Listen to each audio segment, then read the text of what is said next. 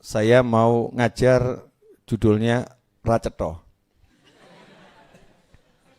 Enggak jelas, karena berubah dari apa yang mau saya ajarkan. Jadi saya merencanakan mau ngajar ini, mau ngajar itu gitu kan. Tapi ujung-ujungnya tak tinggal semua. Akhirnya berjalan tanpa bekal dan nggak tahu mau ngajar apa. Dan duduk di sini megang mic, jadi orang bodoh yang nggak paham dipandang sama orang banyak sebagai orang pinter, padahal yang mandang lebih pinter daripada yang dipandang. Cuman saya duduk di sini kelihatan rodok pinter. Ya, kenapa itu? Karena image yang terbentuk, ya Habib Novel pinter itu. Image-nya seperti itu. Sejatinya saya hanya orang bodoh yang kadang-kadang dititipi ilmu. Ya kadang-kadang dititipi ilmu. Lah pas titipannya kelihatan rodok pinter. Berarti yang pinter saya atau yang nitipi? Yang nitipi. Lah siapa yang nitipi? Allah Subhanahu wa ta'ala. Nah, kita harus berusaha begitu. Enggak bisa jadi pinter kalau tidak bodoh dulu. Ya, enggak bisa jadi pinter kalau tidak bodoh dulu. Orang yang tidak mau bodoh tidak akan bisa pinter. Dan orang pinter akan selalu merasa bodoh. Semumeto. Ya, orang pinter akan selalu merasa bodoh. Bodoh artinya kan belum tahu atau kurang tahu. Bodoh terhadap sesuatu karena kita enggak tahu. Ya, tapi kalau kita pengen tahu, maka kita akan jadi pinter. Nah, pengen tahu itu bekal untuk cari ilmu. Makanya syarat untuk dapat ilmu adalah mau mendengarkan. Ya, mau mendengarkan. Orang-orang dulu kalau ditanya sama ulama, apa pendapatmu tentang ini? Maka dia diam, enggak jawab. Terus karena paham ulamanya pengen menjelaskan.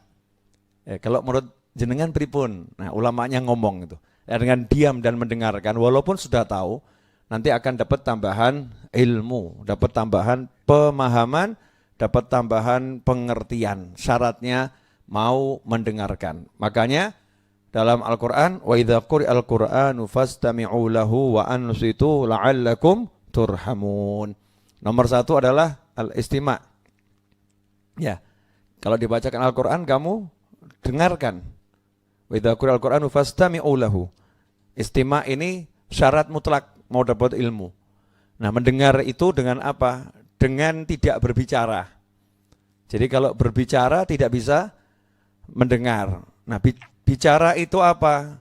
Bicara mulut, bicara fikir, bicara hati.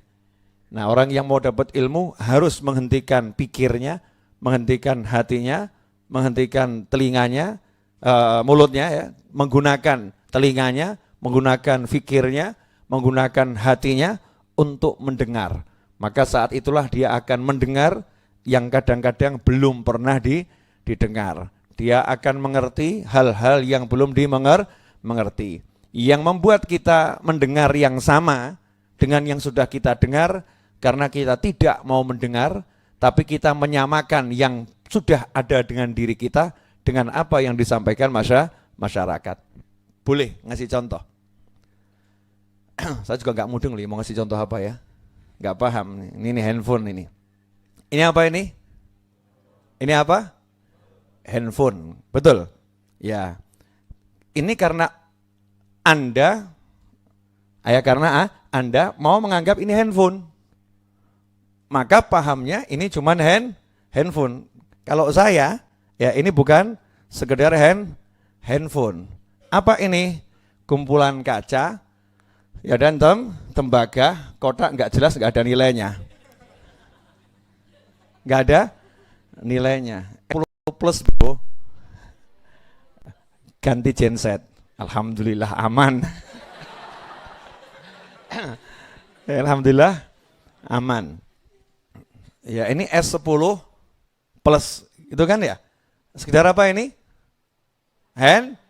Handphone. Lihatnya handphone. Kalau saya lihatnya apa? Tembaga, kotak mengandung kaca yang nggak ada nilainya. Ya, tapi ya dijual laku. Paham maksudnya Anda ini? Jadi kadang kita ini sudah memperkecil pengetahuan kita dengan apa yang kita miliki. Sebetulnya ini menjadi sesuatu yang besar. Buat mbak-mbak ini bukan handphone, tapi apa? Cermin. Cermin ya, cermin. Handphone itu untuk telepon gitu kan ya, handphone. Untuk pesan WhatsApp. Kalau mbak-mbak zaman sekarang cermin. Oh ya, bahkan ditaruh begini. Ya, kemudian ambil bedak. Ya, buat mbak-mbak kan seperti itu. Jadi bukan sekedar handphone, betul. Nah, juga ini yang saya duduki ini apa namanya nih? Kursi. Kita membatasi ini kursi, tapi buat tukang ance-ance katanya. Ternyata ini bisa jadi alat bantu untuk masang lampu, ya kan? Betul. Ini apa ini?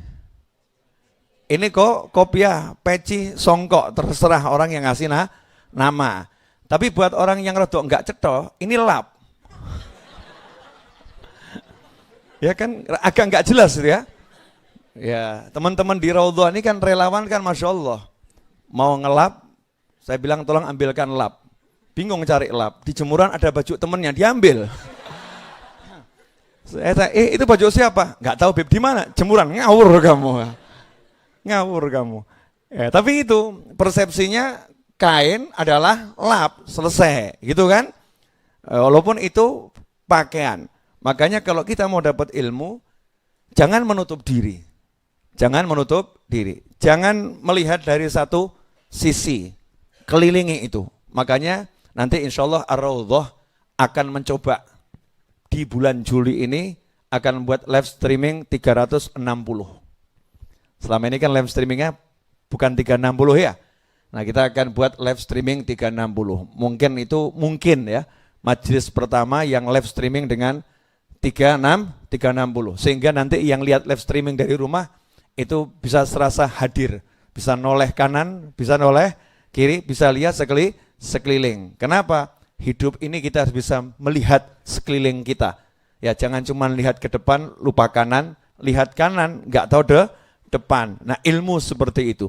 Ilmu itu dikelilingi dengan banyak pemahaman. Makanya ayat-ayat Allah nggak akan pernah habis digali maknanya. Nggak akan pernah habis. Nah sayang kalau kita habiskan. Maksudnya kita habiskan apa? Artinya ya itu saja.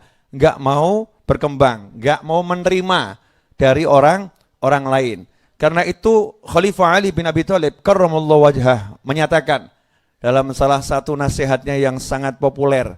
Ya, sangat populer. Unzur maqal wala tanzur man qal. Lihat yang diucapkan, jangan melihat siapa yang mengucapkan. Artinya apa? Informasi dari manapun dengarkan, nanti kita saring. Ya, sesuai enggak dengan ajaran Allah? Berlawanan enggak dengan ajaran Allah? Nanti kita akan bisa memetik hikmah. Jangan begitu yang ngomong kafir, ya, saya enggak mau ilmunya orang kafir. Ya, enggak mau ilmunya orang kafir. Kadang-kadang Allah nasihatin kamu lewat lisannya orang kafir. Kadang-kadang Allah nasihati kita lewat lisannya orang yang enggak beriman. Kadang-kadang Allah nasihatin kita lewat binatang yang mungkin kita jijik kepadanya. Tapi jadi nasihat yang luar biasa. Nah itu ilmu. Makanya cari ilmu dimanapun dan kapanpun. Prinsipnya apa? Jadilah gelas yang kosong. Yang enggak ada isinya. Kalau gelasmu ada isinya, maka yang dituangkan ini bisa berubah rasanya. Ya, berubah rasanya. Kalau gelasnya kosong, dituangkan air warna hijau, ya nanti airnya warnanya hijau. Kalau dituangkan air coklat alias mungkin ya coklat itu ya, warnanya akan coklat. Sesuai dengan kemampuan kita mengosongkan gelas, sebesar itu kita akan menikmati hidangan dari Allah Subhanahu wa Ta'ala. Itu bab yang pertama dari ilmu yang kajian kali ini judulnya Raceto. Gak tahu judulnya apa maksudnya, judulnya gak tahu apa.